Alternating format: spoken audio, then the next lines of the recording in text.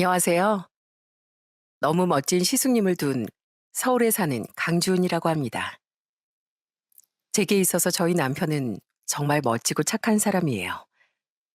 역시 형제는 닮는다고 저희 시숙님 또한 정말 선하고 좋은 분이죠. 게다가 시숙님은 객관적으로 봤을 때 능력은 저희 남편보다 훨씬 뛰어난 존경스러운 분이기도 합니다. 가족들 모두 시숙님에겐 시숙님과 딱 어울리는 좋은 여자가 나타날 거라고 믿어 의심치 않았는데요. 인생은 모두의 예상대로 그리 쉽게 흘러가지 않더라고요. 지금 생각해도 가슴이 철렁해지는 기가 막힌 사건에 대해 여러분께 한번 말씀드려 보겠습니다.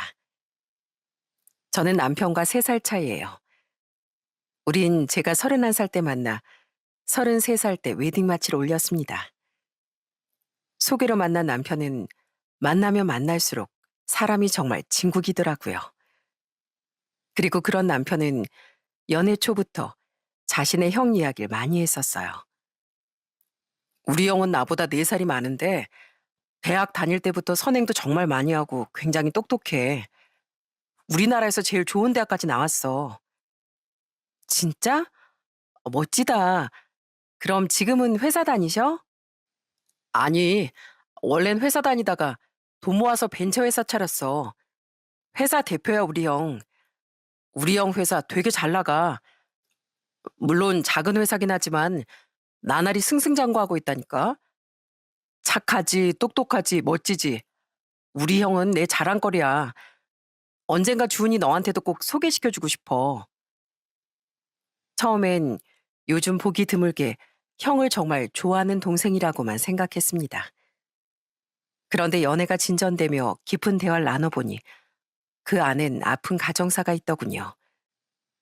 우리 친엄만 내가 2살 때 돌아가셨어. 계속 무슨 병을 앓고 계셨다나 봐. 그래서 난 내 친엄마 얼굴도 잘 몰라. 그리고 아버지마저도 내가 7살 때 돌아가셔서 세상엔 형하고 나 딱 둘만 남았었지. 그럼 지금 부모님은 누구셔? 성광 씨 종종 부모님하고 되게 다정하게 통화했잖아. 지금 부모님은 원래 우리 고모랑 고모부였어. 고모는 불임 때문에 아이가 없었는데 아버지까지 돌아가신 뒤에 형하고 날 입양해서 키워주셨거든. 두 분도 시장에서 생선 장사하면서 힘들게 사셨는데 정말 고마운 분들이시지. 형이랑 난 두 분을 은인으로 생각해. 당시 남자친구였던 남편의 부모님은 사실 고모와 고모부였다네요. 두 분은 없는 살림에도 남편과 시숙님을 입양해 친자식처럼 아껴주며 대학까지 다 보내주셨다고 하더라고요. 그런 두 분 아래서 남편과 시숙님은 자연스레 아주 끈끈한 형제를 쌓으며 자랐다고 해요. 형도 어린 나이였는데 어린 마음에도 날 불쌍하다고 생각했나 봐. 맨날 엄마 얼굴도 모르는 불쌍한 내 동생이라면서 늘 날 지켜줬거든. 우리 형은 그렇게 내 보호자이기도 하고 롤모델 같기도 한 존재였어. 남편은 자신이 그렇게 열심히 공부한 것도 지금의 부모님께 효자가 되고 싶어 최선을 다하고 있는 것도 꾸준히 소액이나마 기부하고 있는 것까지 전부 다 시숙님을 보고 배운 거라고 말했습니다. 그렇게 항상 이야기만 듣던 시숙님을 처음 봤을 때 마치 제가 아는 사람을 만난 것처럼 반갑더라고요. 남편과 똑 닮은 시숙님은 남편보다 키가 좀 더 크고 눈이 맑은 분이었어요. 그날 술도 한잔하며 정말 즐거운 시간을 보냈는데 정말 진중하고 좋은 분이라는 게 느껴지더라고요. 그렇게 시숙님을 만난 뒤 결혼을 약속한 상태였던 우린 양가에 인사도 드렸습니다. 자식은 저와 여동생까지 딸밖에 없던 부모님은 사윗감이 인사로자 정말 좋아하셨어요. 경기도에 사시던 시부모님 또한 절 두 팔 벌려 환영해 주셨고요. 어서 와. 우리 작은 아들이 큰 아들보다 먼저 장가 갈 줄은 몰랐는데 이렇게 예쁜 아가씨라 놓치기 싫어서 얼른 장가 가려고 한 거구나. 시댁은 근사한 2층짜리 주택이었습니다. 시숙님이 사업으로 돈을 벌어 사주셨다는 말에 정말 깜짝 놀랐어요. 시숙님은 쑥스러워하며 제 남편도 돈을 많이 보탰다는 말을 덧붙였죠. 시부모님은 그런 두 사람을 흐뭇하게 바라보셨습니다. 첫인사 온 자리에 자식 자랑해서 미안하다만 우리 애들이 이렇게 효자란다. 그리고 부모에게 잘하는 만큼 분명 아내도 소중히 여길 줄 아는 아이로 키웠으니까 앞으로 우리 성광이가 혹시나 속 썩이는 일 있으면 우리한테 다 말하렴. 우리가 혼쭐을 내줄 테니까. 시부모님이 두 사람의 친부모님이 아니라는 걸 전혀 느끼지 못할 정도로 내 식구는 화목한 가족이더라고요. 그 모습을 보는데 역시 제가 시집을 잘 가는 거라는 확신이 들더라고요. 이후 진행된 상견례 자리에서 양가 부모님은 정말 화기애애한 시간을 보내셨습니다. 그렇게 양가의 축복 끝에 우린 결혼식을 올렸는데요. 너무 감사하게도 시숙님은 우리에게 작은 아파트까지 신혼집으로 마련해 주셨답니다. 안 받겠다는 말을 하지 말아주세요, 재수 씨. 성광이 너도 마찬가지야. 이건 하늘에서 우릴 걱정하셨을 친아버지 대신 이 형이 해주는 거니까. 형은 너한테 아버지 대신이기도 하잖아. 거절하면 이 형 두고두고 너한테 삐진다. 알았지? 시숙님은 미안해하는 저와 남편의 부담을 덜어주려 애쓰시더군요. 그만큼 시숙님은 고운 마음씨가 아주 진국인 분이었죠. 저와 남편이 결혼한 후에도 시숙님은 저와 남편에게 계속 잘해주셨어요. 동생인 남편은 그렇다 쳐도 저에게까지 잘해주시는 모습에 감동을 많이 받았습니다. 전 결혼한 지 얼마 안 되어 임신을 했었는데요. 들뜬 마음으로 아이를 기다리는 것도 잠시 전 3개월 만에 유산을 하고 말았어요. 재수 씨, 혼자 마음 추스르고 싶어 하실 것 같아서 문 앞에 미역국이랑 영양제 좀 두고 갑니다. 유산하는 건 출산하는 거랑 똑같다는데 몸 잘 챙기셔야 돼요. 안 그럼 하늘에 먼저 간 아기도 슬퍼할 거예요. 제가 뭘 잘 몰라서 이런 투박한 말씀밖에 못 드리네요. 죄송해요. 너무 슬픈 마음에 당시 전 휴가를 쓰고 집에서 2주 정도 쉬었습니다. 그때 시숙님은 초인종도 누르지 않고 며칠치의 미역국과 여러 개의 영양제를 집 앞에 두고 가셨더라고요. 문자만 남기고서요. 평소 바쁘다며 자신의 밥은 대충 때우던 분인 걸 알았기에 코끝이 찡해졌었죠. 그런 시숙님은 제가 다시 아들을 임신하고 안정기까지 지났을 땐 꽃다발부터 시작해 벌써부터 인부복, 아이 침대, 아이 옷과 유모차까지 선물을 잔뜩 사다 주시더라고요.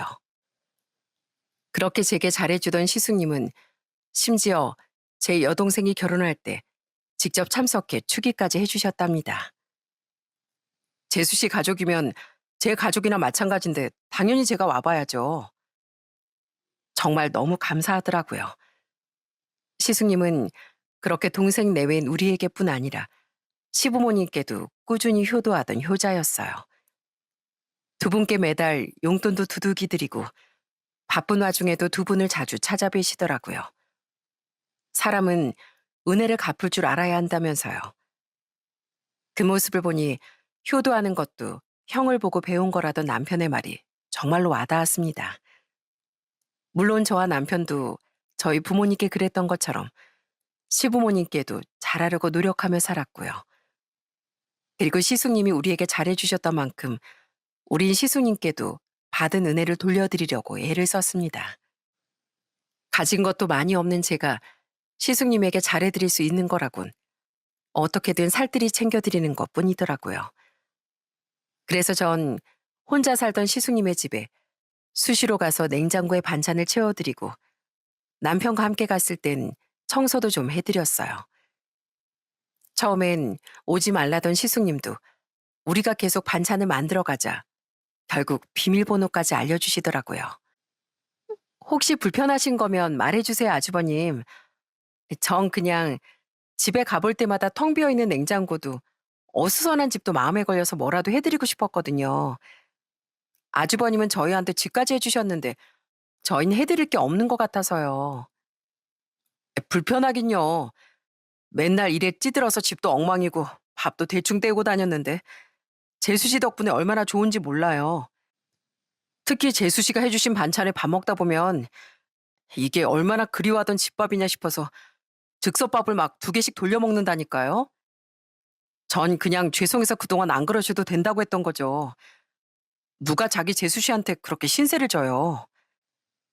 그렇게라도 신세를 갚을 길이 있어 기쁘던 와중 어느 날엔 시숙님의 집에서 웬 편지를 발견했습니다. 그 편지 봉투 안엔 짧은 편지와 함께 돈이 들어있더라고요. 재수 씨, 오늘 또 오신다길래 이렇게 짧은 편지 남겨요. 반찬 하나하나 만드는 일, 청소하는 일에 얼마나 큰 수고가 들어가는지 잘 알아서 항상 감사하고 있습니다. 제 동생이 참 천사 같은 아내를 만나서 행복하겠구나 싶어 안도가 되기도 하고요. 이건 제 감사의 마음인데요. 그냥 드리면 안 받으실 걸 알아서 이렇게 편지와 함께 두고 갑니다. 재수 씨가 절 챙겨주시는 진심만큼 보답하고자 하는 제 마음도 진심이니까 두고 가지 말고 꼭 받아주세요. 그래야 앞으로 제가 또 재수 씨 반찬을 얻어먹죠. 어쩜 이렇게 항상 배려와 선함이 넘치는 분인가 싶어 마음이 따뜻해지더라고요. 저와 남편 그리고 시부모님은 그렇게 뭐 하나 빠지는 거 없이 멋졌던 시숙님이 언젠가 시숙님만큼 좋은 여자를 만나리라고 생각했습니다. 그런데 시숙님은 아무리 세월이 흘러도 결혼을 안 하시더라고요. 워낙 시숙님의 관심사는 회사와 가족뿐이었거든요. 한 번은 남편과 시댁에 갔는데 시어머니께서 깊은 한숨을 쉬며 이런 말씀을 하셨습니다. 에휴, 걔 나이가 벌써 45이다, 45. 어련히 알아서 가겠거니 하고 기다렸는데 어제 자기 동생이 결혼한 지 5년이 지났는데도 동강이 걘 여자 만날 생각을 안 한다니. 예미야, 어디 동강이 소개시켜줄 좋은 여자 없니? 제발 걔가 결혼해서 너희처럼 예쁘게 사는 모습 좀 보고 싶구나. 그럼 소원이 없겠어. 그런 시어머니의 말씀에 저도 남편도 주위에서 좋은 사람을 찾아봤는데요. 저희도 그렇게 적은 나이는 아니었던지라 괜찮은 지인들은 대부분 시집 장가를 갔습니다. 그래서 우린 고민 끝에 시숙님을 설득해 결혼정보회사에 가입시켰어요. 형, 이러다 어머니 아버지 숨 넘어가시겠어. 형도 형 아이 낳고 싶다며. 그럼 더 늦기 전에 장가 가야지. 내 친구는 거기서 자기 아내 만나 결혼했는데 지금 엄청 잘 살아. 우리 형 좀 장가 보내고 싶다고 하니까 걔가 거길 강추하더라고. 시부모님마저 시숙님에게 전화해 네 동생 말 좀 들어라. 가입해서 누구든 만나나 봐라 하고 아주 성하셨습니다. 그렇게 시숙님은 등 떠밀리다시피 결혼정보 회사에 가입하게 됐던 거예요. 이후 첫 데이트가 잡혔다기에 남편과 전 시숙님을 직접 백화점에 데리고 가서 아주 머리부터 발끝까지 새 옷과 새 구두를 맞춰드렸답니다. 아주버님, 이걸 좀 대보세요. 역시 아주버님 얼굴이 하얗신 편이니까 이런 색 옷이 잘 받을 것 같아요. 넥타이는 이거랑 저거 중에 마음에 드는 거 골라보실래요? 우린 시숙님을 모시고 잘하는 미용실도 가고 잘 꾸밀 줄 모르는 시숙님에게 향수도 선물해 드렸습니다. 그렇게 만반의 준비를 하고 나간 첫 만남 자리에서 안타깝게도 시숙님은 인연을 만나지 못하셨어요. 그 다음 두 번째 만남에도 시숙님의 마음에 차는 여성분이 나오지 못한 것 같았죠. 그런데 세 번째 여성분을 만나고 오더니 이번엔 좋은 사람을 만난 것 같다며 시숙님의 표정이 밝지 않겠어요? 평범한 직장 다니는 분인데 저하고 대화가 잘 통하더라고요. 그리고 웃는 얼굴이 정말 예뻐요. 제가 웃는 모습이 예쁜 여자를 좋아하거든요. 드디어 시숙님이 짝을 만났나 싶어 가족 모두 기대를 감추지 못했습니다. 이후 몇 번 더 만남을 가진 뒤 시숙님이 그 여자와 연애를 시작했다고 말했을 땐 정말 반갑더라고요. 그렇게 연애한 지 몇 달이 지나자 남편이 시숙님에게 조바심을 내더라고요. 형, 형 여자친구 얼굴 우리한테 언제 보여줄 거야? 꽤 잘 만나고 있는 것 같은데 궁금하다 정말. 시숙님은 쑥스러워하면서도 여자친구에게 물어보겠다고 말하더라고요. 내심 자신도 저희에게 여자친구를 보여주고 싶었다면서요. 그렇게 6개월 만에 처음 만나본 시숙님의 여자친구는 청순 그 자체인 사람이더라고요.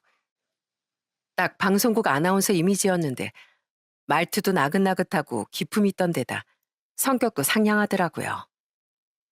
저도 동강 씨랑 결혼해서 언니랑 송강지처럼 예쁜 부부로 살고 싶어요. 아직은 너무 앞서 나간 얘기겠죠? 근데 아이 생각도 있다 보니까 되도록 결혼은 빨리 하고 싶어요. 시숙님의 여자친구는 저보다 한 살이 어렸는데 제게 언니 언니 하며 참 살갑게 대했습니다. 이야기를 들어보니 결혼도 아이 생각도 있는 것 같아 저와 남편은 더더욱 시숙님의 결혼에 대한 기대를 부풀렸죠. 그런데 그로부터 넉 달 뒤 두 사람은 급하게 결혼식을 올렸습니다. 우리와 형님이 인사를 나눈 날로부터 한두 달도 채 되지 않아 갑자기 아이가 찾아왔거든요. 결혼식 날엔 이미 임신 12주 차였으니 서두를 수밖에 없었던 거죠. 아이고, 참 참하게도 생겼다. 우리 동강이가 대체 언제 결혼하나 그렇게 애를 태웠는데 이렇게 손주까지 턱하니 혼수로 만들어 와주다니 우린 마냥 다 고맙다. 고마워. 결혼식을 올리기 전 형님이 시댁에 첫인사를 갔을 때 시어머니는 정말 버선발로 뛰어나와 형님을 맞아주시더군요. 시아버지도 뒤에서 흐뭇하게 웃어주시는데 괜히 저와 남편까지 뿌듯하더라고요. 형님은 20대 때 아버지를 여의고 어머니 한 분과 둘이 살고 있었는데요. 시부모님은 그게 남일 같지 않으셨는지 그런 형님에게 더 잘해주고 싶어 하셨죠. 동서, 혹시 내가 나이가 어린데 형님이라고 부르기 불편하지 않아요? 에이, 괜찮아요. 나이가 뭐 중요한가요? 이해해줘서 고마워요. 그리고 앞으로 많이 가르쳐줘요. 우리 잘 지내봐요. 결혼 후 나이가 저보다 어렸던 형님은 제게 먼저 맞존대를 권하더라고요. 제 친구도 그렇고 주위에 물어보니 이런 경우엔 다들 그렇게 한다기에 우리 맞존대를 하기로 했습니다. 남들이 다 그렇게 한다고 해도 제게 먼저 의견을 묻고 존중해주니 고맙더라고요. 형님이 집안에 들어온 후 집안 분위기는 한층 더 화기애애해졌습니다. 형님, 그냥 앉아서 좀 쉬세요. 배가 그렇게 불렀는데 왜 자꾸 서서 뭘 하려고 하세요? 아니에요, 동서. 어떻게 동서랑 어머니만 일하시게 둬요. 남자들도 다 알아서 굳은 일 찾아서 하고 있는데 나도 당연히 같이 고생해야죠. 형님은 임신한 몸으로 전혀 빼지 않고 명절이든 언제든 저와 똑같이 집안일을 도우려고 했습니다. 저도 임신이 얼마나 힘든지 잘 알고 있었으니 그 마음만으로도 고맙다며 형님을 말리곤 했고요. 그럼 시부모님은 며느리들끼리 사이가 너무 좋다며 정말 흐뭇해 하셨습니다. 또 형님이 아들을 출산한 뒤엔 시댁에 다 같이 모일 때면 집안에 아주 웃음꽃이 떠나지 않았습니다. 아유, 우리 손주 벌써부터 눈이 땡글한 것이 나중에 커서 엄청 잘생겨지겠다. 우린 요새 하루하루가 행복해. 이게 다 큰애미 니 덕이다. 시숙님을 도와 시부모님께도 잘하고 제게도 살가운 연락을 자주 해주던 형님이 참 좋았습니다. 그래서 형님이 시부모님의 예쁨을 저보다 더 받는 것 같아도 하나도 서운하지 않더라고요. 오히려 얼마나 시숙님의 결혼을 바랬으면 저렇게 좋아하실까 싶어 저까지 괜히 기쁜 마음이 들더라고요. 무엇보다 전보다 살도 보기 좋게 좀 찌고 웃음도 2배로 많아졌던 시숙님을 보니 저도 남편도 더욱 행복해지는 기분이었어요. 하지만 그런 시숙님의 행복은 너무도 짧은 시간 안에 위기를 맞고 말았습니다. 아, 진짜. 이 시간에 대체 누구야? 그러게, 누가 자꾸 전화를 거는 거야. 어? 형님이네? 여보세요? 시숙님이 결혼한 지 1년 정도 흐른 어느 날, 저는 새벽 1시쯤 형님에게 전화를 받았습니다. 남편도 저도 자고 있었는데 자꾸 진동이 울려 신경질을 내며 깼었죠. 그런데 제게 전화를 건 형님은 제가 전화를 받자마자 울음을 터뜨리더라고요. 동서, 큰일 났어요. 우리 남편이. 뭐야? 형수님이야?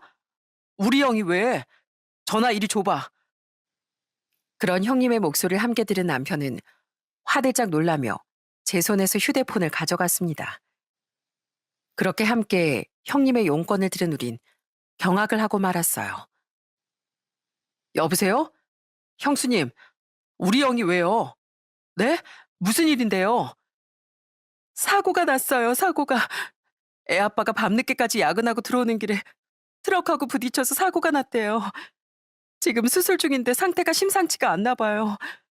저 너무 무서워요. 빨리 병원으로 와주세요, 서방님. 사고라는 말에 소스라치게 놀랐습니다. 저와 남편은 얼른 옷을 챙겨 입고 어렸던 아들까지 챙겨서 병원으로 달려갔어요. 너무 놀라 벌벌 떨기까지 하던 남편이 운전대를 잡으면 문제가 생길 것 같아 제가 대신 운전대도 잡았죠. 그렇게 병원에 도착했더니 시숙님은 아직 응급 수술 중이더라고요. 그 앞에서 형님은 발만 동동 구르고 있었고요. 서방님, 동서, 어떡해요? 수술이 길어지는 모양인데 이러다 진짜 우리 애 아빠한테 무슨 일 나는 거 아니겠죠? 저 너무 무서워요. 아이는 친정 어머니께 맡기고 왔다던 형님은 눈물을 멈추지 못하더라고요. 잠시 뒤 시부모님도 경기도에서 택시를 타고 병원에 도착하셨죠. 그리고 그쯤 시숙님의 수술이 끝이 났습니다. 하지만 불안에 찬 가족들에게 건넨 의사의 말은 절망적이기 이를 데가 없었어요. 수술은 잘 끝났지만 김동광 씨의 생사를 장담하긴 힘든 상황이에요. 솔직히 회복을 기대하긴 힘든 상황이고요. 최선을 다했으니 이젠 기적에 맡겨보는 수밖에 없습니다. 시어머니는 의사의 말을 듣고 그대로 혼절해버리셨습니다. 시아버지도 남편도 형님도 바닥에 주저앉아 오열하고 말았죠. 그렇게 수술은 무사히 끝났지만 여전히 혼수 상태였던 시숙님은 중환자실로 옮겨지게 됐어요. 그 뒤 저와 남편은 매일같이 시숙님을 면회하기 위해 병원으로 찾아갔습니다. 시부모님도 최소한 이틀에 한 번은 찾아와 시숙님의 얼굴을 본 뒤 퉁퉁 부은 눈으로 집에 돌아가시곤 했고요. 형을 너무 의지했던 남편은 매일같이 무너져 내렸어요. 우리 형이 나한테 어떤 존재인데 왜 자꾸 내 가족한테만 이런 일이 생기는 거야? 우리 형이 얼마나 착하게 살았는데. 시숙님을 많이 좋아했던 저도 의식이 없는 시숙님을 보며 눈물을 감추지 못했습니다. 그리고 시숙님과 결혼한 지 고작 1년 남짓밖에 안 됐던 형님은 끼니도 잘 챙기지 않아 하루하루 말라갔어요. 중환자실에 있던 시숙님은 정해진 시간에만 면회가 가능했는데 아이를 낳고 직장을 그만뒀던 형님은 오전과 오후 모두 매일같이 면회를 갔었습니다.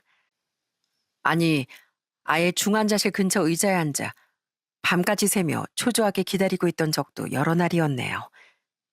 그 어린아이를 안고 자리를 지킨 날도 있었고 자신의 친정어머니께 아이를 맡긴 뒤 자리를 지키기도 했죠.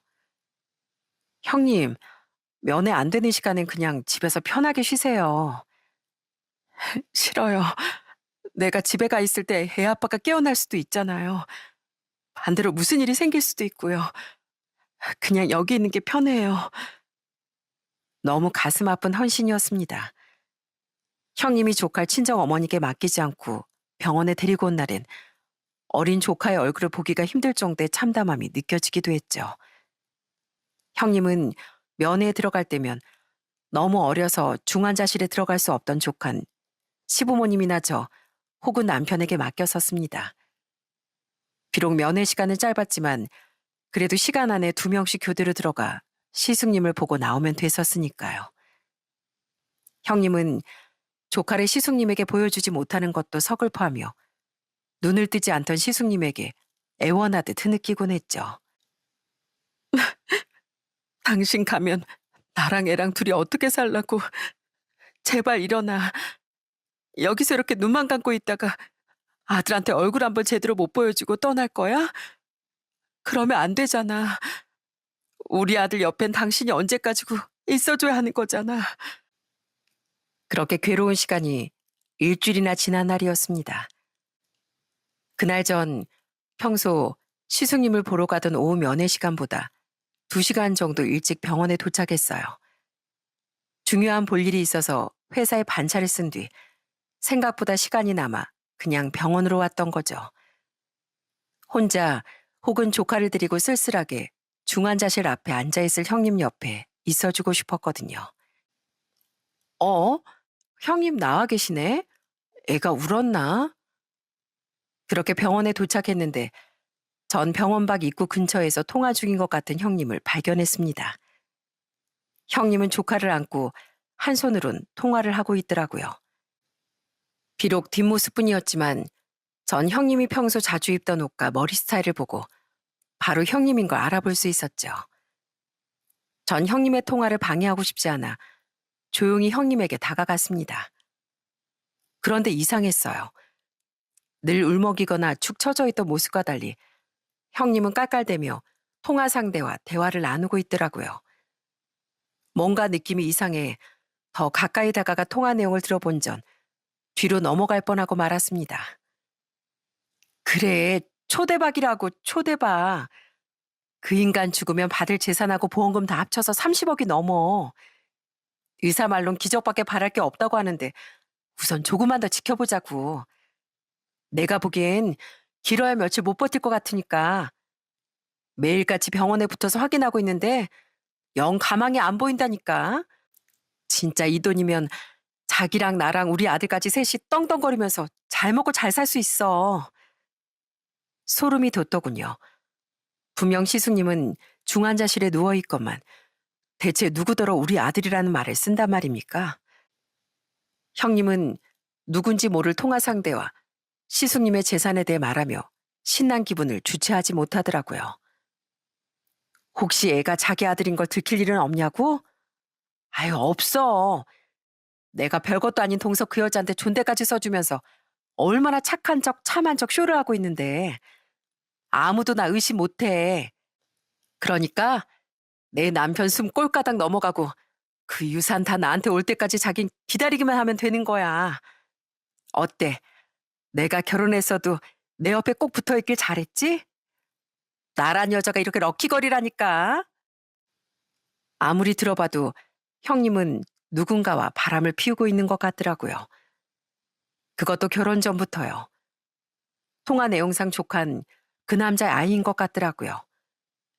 그렇게 천사 같던 형님의 실체가 너무 경악스러워 전 순간 숨조차 제대로 쉬지 못했습니다. 이내 조카가 울음을 터뜨리자 형님은 통화를 종료하더군요. 순간 저도 모르게 형님 눈에 띄지 않게 숨어버렸네요. 너무 놀라서 말이죠. 이게 대체 무슨 일인지, 이걸 대체 어떻게 해야 하는지 감이 잘 안 잡히더라고요. 뭐, 형수님이? 진짜야? 진짜야. 내가 다 들었어. 너무 갑작스러워서 녹음까지 못했는데 내 이 두 귀로 똑똑히 들었다니까. 우선 우리 증거부터 잡자. 뭐라도 잡아서 형수님한테 따지든 말든 하자고. 저는 바로 남편에게 전화해 제가 들은 형님의 실체를 말해주었습니다. 당연히 남편도 까무러칠 뻔했죠. 남편은 제게 우선 증거를 잡자고 말해주더군요. 그때까진 우리가 모든 걸 안다는 사실을 형님에게 들키지 않기 위해 남편과 전 시숙님의 면회라는 동안 애써 태어난 척하려고 애를 썼어요. 여보, 나 또 올게. 제발 나랑 우리 아들 생각해서라도 기운 내야 돼. 알았지? 형님은 평소처럼 시숙님을 보며 흐느꼈습니다. 하지만 제 눈엔 그저 소름 끼치는 가식으로 보이더라고요. 면회가 끝난 뒤 형님은 오늘은 집에 가서 좀 쉬어야겠다고 말하더라고요. 남편과 전 잠시 숨어 있다가 그런 형님을 미행하기 시작했습니다. 집에 가서 쉰다더니 저긴 형네 집 방향이 아닌데. 아까 통화한 남자 만나러 가는 거 아닐까? 우선 형님이 탄 택시 절대 놓치지 말고 잘 따라가봐, 여보. 형님은 집이 아닌 근처 시내로 향하더라고요. 그런 형님이 도착한 곳은 한 식당이었는데요.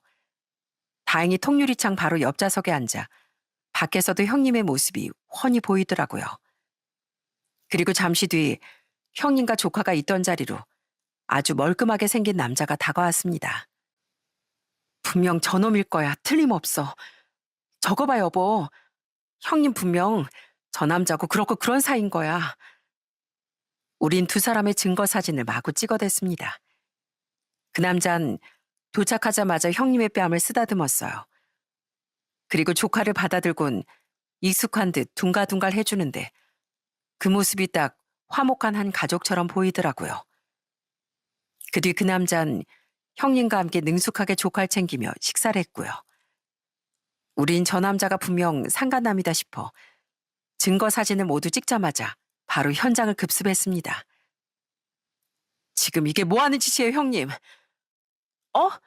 동서, 서방님, 두 사람이 여기는 어떻게?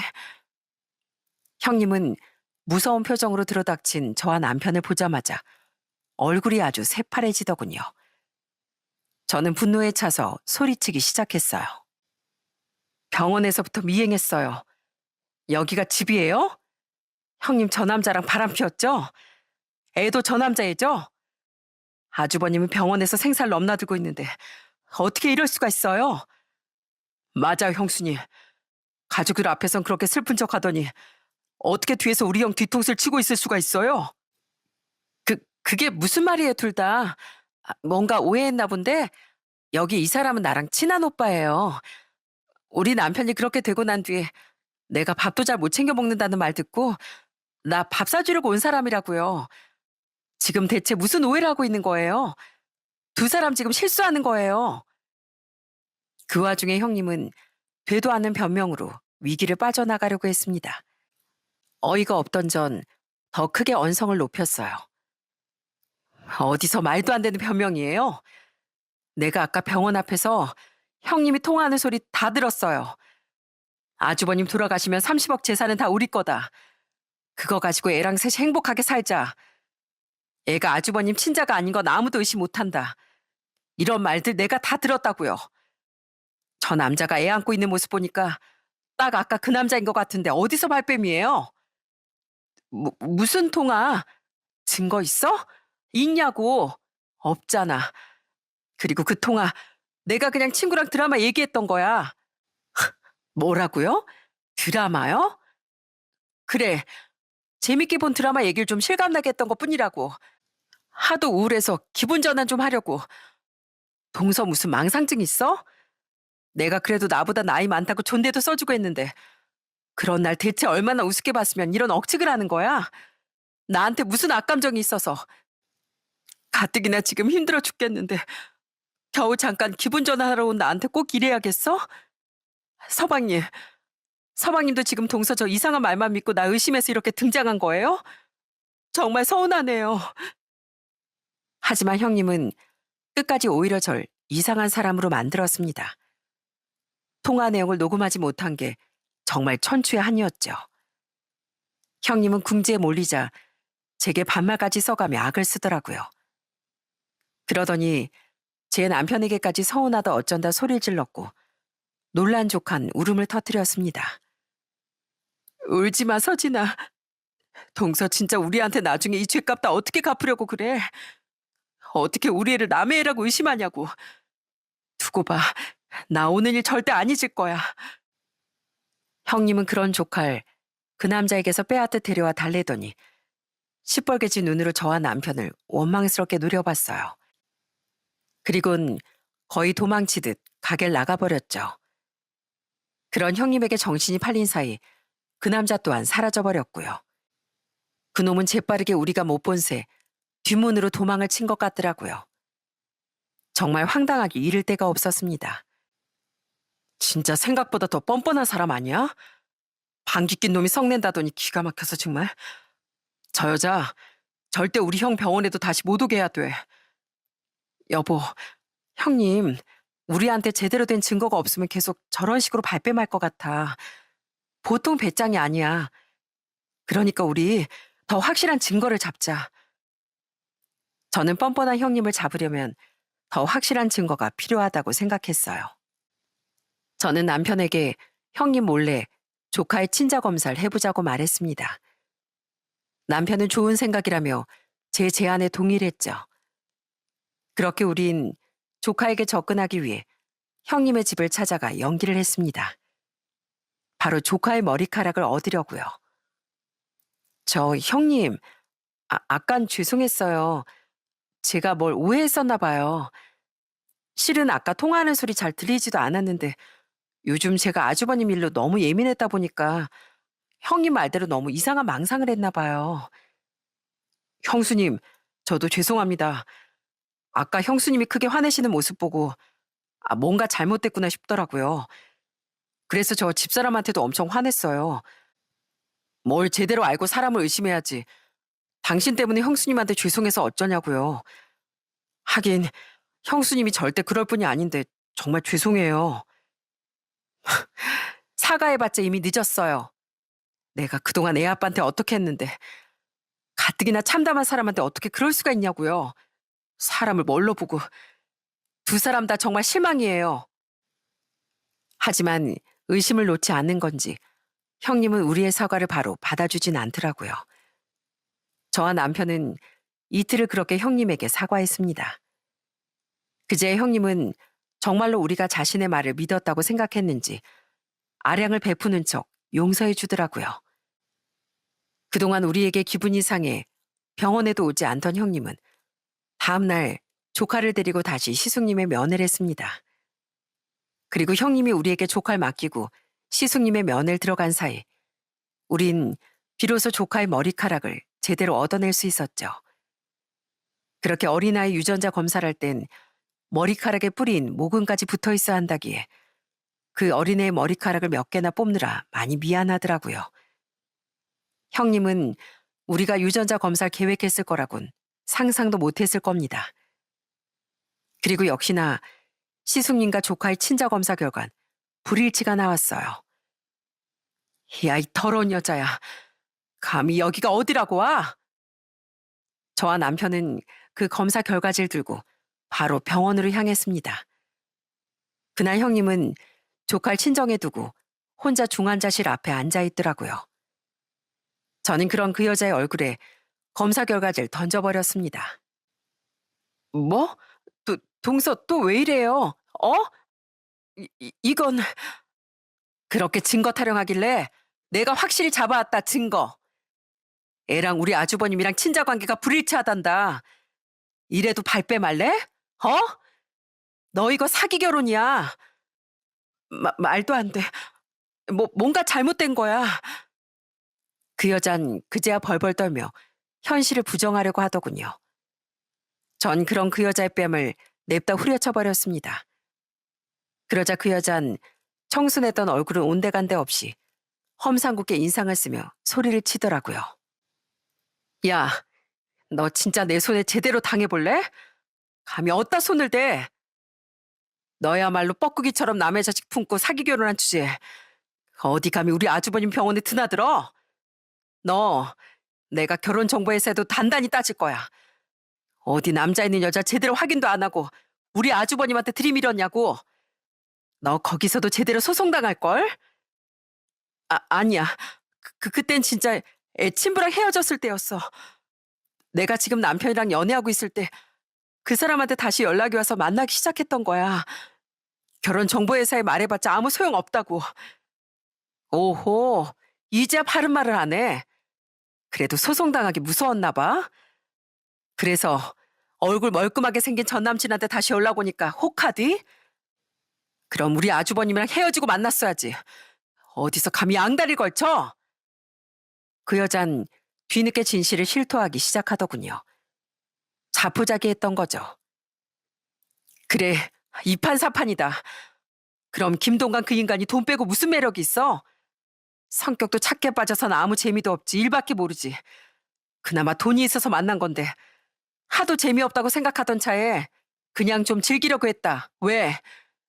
애 생겼을 때? 그래, 나 처음부터 시기상 지금 남편 애 아닌 거 알고 있었어. 근데 무능력한 백수인 그 남자보다 지금 남편이랑 결혼하는 게 훨씬 이득일 것 같아서 거짓말했다. 됐냐? 그 여잔 결혼 후에도 상간남과 계속 스릴을 이어왔다고 당당하게 말하더군요.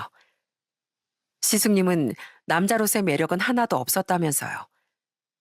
그러다 시숙님이 생사의 기로에 놓이게 되자 그 둘은 신이 나서 시숙님의 재산에 눈독을 들였던 거예요. 그 끔찍한 이야기를 다 듣자마자 남편은 눈이 돌아서 그 여자의 얼굴에 저처럼 손을 대버렸습니다. 아! 이것들이 진짜 돌아가면서 입 다물어. 다시 손 나가려는 거 겨우 참고 있으니까. 뭐 이런 뻔뻔한 여자가 다 있어? 사람이 지금 중내사내하고 있는데 개만도 못한 네가 우리 형 재산을 노리면서 시시덕댔냐고? 너 그러고도 무사할 것 같아? 내가 네 인생 어떻게 해서든 작살내줄 거야. 알아? 아, 재수없어. 그래, 알았다, 알았어. 간다, 가. 어차피 내 남편 사망하고 나면 법적으로 나한테 재산 다 오게 되어 있어. 나랑 우리 아들이 그 인간 법정 상속인이니까. 이거 니들 어차피 다 헛수고야. 어디 그때 가서 두고 봐, 이 망할 것들아.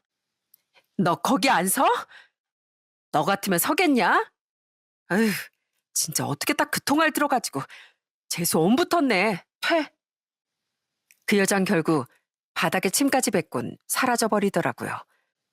정말 제가 그 여자의 통화를 듣지 못했었다면 어떻게 됐을지 상상만으로도 소름이 돋았죠. 이후 그 여잔 병원의 모습을 드러내지 않았습니다. 모든 이야기를 들은 시부모님은 그 자리에 주저앉아 한동안 다리에 힘이 풀려 일어서지도 못하셨어요. 너무 믿지 못할 이야기였으니까요. 내가 괜히 빨리 결혼하라고 부추겨서 이런 일이 생긴 거다. 다 내 탓이야. 아니에요, 어머님. 우리가 괜히 아주버님한테 결혼정보회사를 추천해서 그런 거예요. 다 저희 잘못이에요. 우린 그렇게 서로 자책하며 흐느꼈습니다. 그 이상 그 여자 응징하든 뭐라든 가장 우선인 건 시숙님이 깨어나는 일이었거든요. 우린 모두 시숙님이 깨어나기만을 간절히 바라며 기도했죠. 저희 여동생과 제부, 저희 친정 부모님까지도 몇 번이나 문병을 와서 시숙님이 깨어나길 빌었습니다. 그런 가족들의 바람이 통했던 걸까요? 시숙님이 혼수 상태가 된 지 정확히 34일 만에 정말 기적이 일어났습니다. 바로 시숙님이 깨어났던 거예요. 동강아, 형. 가족들 모두 소식을 듣고 달려가 오열을 했습니다. 병원에서도 기적이라며 놀라움을 감추지 못했죠. 정말 가슴이 너무도 벅차오르더라고요. 우리 서진이가 내가 아니었다고? 집사람한테 남자가 있었단 말이야? 시숙님은 한동안 회복에 집중해야 됐고 드디어 일반 병실로 옮겨질 수 있었어요. 그렇게 시숙님이 어느 정도 기력을 회복한 뒤 우린 시숙님에게 모든 진실을 말해줬습니다. 왜 그 여자가 자신을 보러 오지 않는 건지 의아해하던 시숙님에게 더는 숨길 수도 없었거든요. 역시나 시숙님은 엄청난 충격을 받고 두 손을 덜덜 떨며 울부짖었죠. 절 포함한 가족들은 모두 우리의 잘못이라며 그런 시숙님을 끌어안고 흐느꼈습니다. 그래도 시숙님은 강한 분이었어요. 곧 마음을 추스른 시숙님은 병원에 입원한 상태에서 가끔 외출을 하며 변호사를 통해 혼인 취소 소송을 진행했습니다. 그리고는 그 여자에게 정신적 피해 보상 소송을, 그 남자의 정보를 알아내 그놈에게도 상간자 소송을 걸었죠. 저와 남편은 열심히 그런 시숙님을 도왔고요. 그랬더니 그 뻔뻔한 여자가 시숙님의 병원에 찾아와 난리법석을 피우더라고요. 곧 죽을 것 같더니 기어이 깨어났어? 그럼 감사합니다 하고 그냥 조용히 살 것이지. 무슨 위자료까지 달래? 난 못 줘. 그 30억이 내 앞으로 떨어질 판이었는데 억울해서 못 준다고. 이게 감히 누구 아들한테. 오냐, 너 오늘 제삿 날인 줄 알아? 그때 병실에 와 계시던 시부모님은 그 여자에게 냅다 달려드셨습니다. 시아버진 그 여자의 뺨을 날렸고 시어머니는 그 여자의 머리채를 잡고 마구 흔드시더군요. 70대 초반인 분이 어찌나 힘이 좋으셨는지 모릅니다. 시어머니에게 질질 끌려다니던 그 여잔 겨우 소나기에서 벗어난 뒤 미친 사람처럼 발광을 하더라고요. 진짜 이 집안 인간들 왜 이렇게 무식하게 손부터 올려? 내가 뭐 애초에 당신이 먼저 잘 알아보고 결혼했어야지. 당신이 바보여서 당한 걸 왜 나한테만 다 날리냐고. 무식? 무식은 해서는 될짓 안 될짓 구분도 못하는 당신 같은 여자를 두고 하는 말이겠지. 그 더러운 상간남이나. 내가 지금 조금만 더 건강했으면 당신은 내 손에도 아작이 났을 거야. 그 대신 이렇게 법적으로만 응징해 주는 거니까 더 험한 꼴 보기 싫으면 당장 여기서 나가.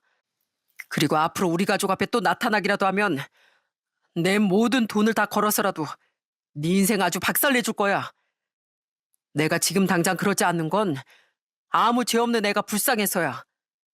그러니까 당장 나가. 내 인생에서 꺼져버려. 시숙님은 없는 힘을 끌어내 그 여자를 벌레 보듯 하며 말하더라고요. 그렇게 뻔뻔하게 발광했던 그 여잔 머리털만 죄다 뜯긴 채 병실에서 나갈 수밖에 없었죠. 전 너무 분한 마음에 전에 그 여자가 병원 바닥에 그러했듯 등에 침까지 뱉어버렸습니다. 더 웃긴 게 뭔지 아시나요? 얼마 뒤 시숙님에게 그 여자의 엄마가 전화를 걸었다더군요. 그런데 모전 여전이라고 그 엄마도 진작 기가 찬 인간이었다네요. 여자의 허물을 덮어줄 줄도 아는 게 남자지. 기왕 자네 처자식으로 품은 거 그냥 같이 살지 뭐 이렇게 소란을 피우나? 시숙님은 그런 장모의 말에 아무런 대답도 없이 전화를 그냥 끊어버렸다고 합니다. 그리고 그 이후 그 여잔 시숙님을 찾아 울고불고 아주 애원을 했다네요. 나 실은 돈도 별로 없어. 애 키우려면 돈이 있어야 하는데 제발 위자료 소송이라도 취소해줘. 하지만 시숙님은 귓등으로도 듣지 않고 쭉 소송을 진행했습니다. 결국 그 여자와 상간남은 시숙님에게 탈탈 털려야 됐고 결혼 취소 소송도 잘 마무리되며 그렇게 사건은 일단락되었죠. 결혼정보회사엔 따지기도 어려웠던 게 그 여자가 신산정보를 거짓말한 것도 아니었고 시숙님을 처음 만날 당시 양다리를 걸치고 있던 것도 아니었기에 책임을 물을 수가 없었습니다. 그래도 소식을 들은 매니저가 따로 시숙님에게 전화를 걸어 진심으로 안타까운 마음을 전했다고 하더라고요. 그렇게 1년이 지난 지금 시숙님은 정말 많이 호전됐어요. 아직 재활치료는 받고 있지만 이제 혼자 일상생활도 거뜬하시답니다. 시숙님이 병원에서 퇴원한 후 남편과 전 시숙님을 돌보려 저희 집으로 모셔왔어요. 어차피 그 여자와 살던 집은 팔았으니까요. 시부모님도 시숙님을 집으로 부르려고 하셨는데 그 몸으로 계속 회사 나가봐야겠다는 시숙님의 고집에 그만 지고 마셨습니다. 아무래도 경기도에 있는 시댁보단 서울에 있는 저희 집이 시숙님 회사에서 가까웠으니 결국 시숙님은 저희 집으로 오게 된 거죠. 쭉 여기서 지내셔도 된다고 말했건만 2달 전 시숙님은 새로 집을 얻어 저희 집에서 나가셨습니다. 큰아빠를 좋아하던 저희 아들이 얼마나 서운했는지 모릅니다. 그 뒤로 전 예전처럼 남편과 함께 자주 시숙님의 집에 찾아가 냉장고에 반찬도 채워주고 있는데요. 전처럼 집 정리도 해드리려고 했지만 이젠 그럴 필요가 없겠더라고요. 시숙님은 바쁜 시간을 쪼개 전과 다르게 지금은 깔끔하게 집 정리를 하고 계시거든요. 집이 깔끔해야 아직 심란한 제 마음이 더 잘 정돈되는 것 같더라고요.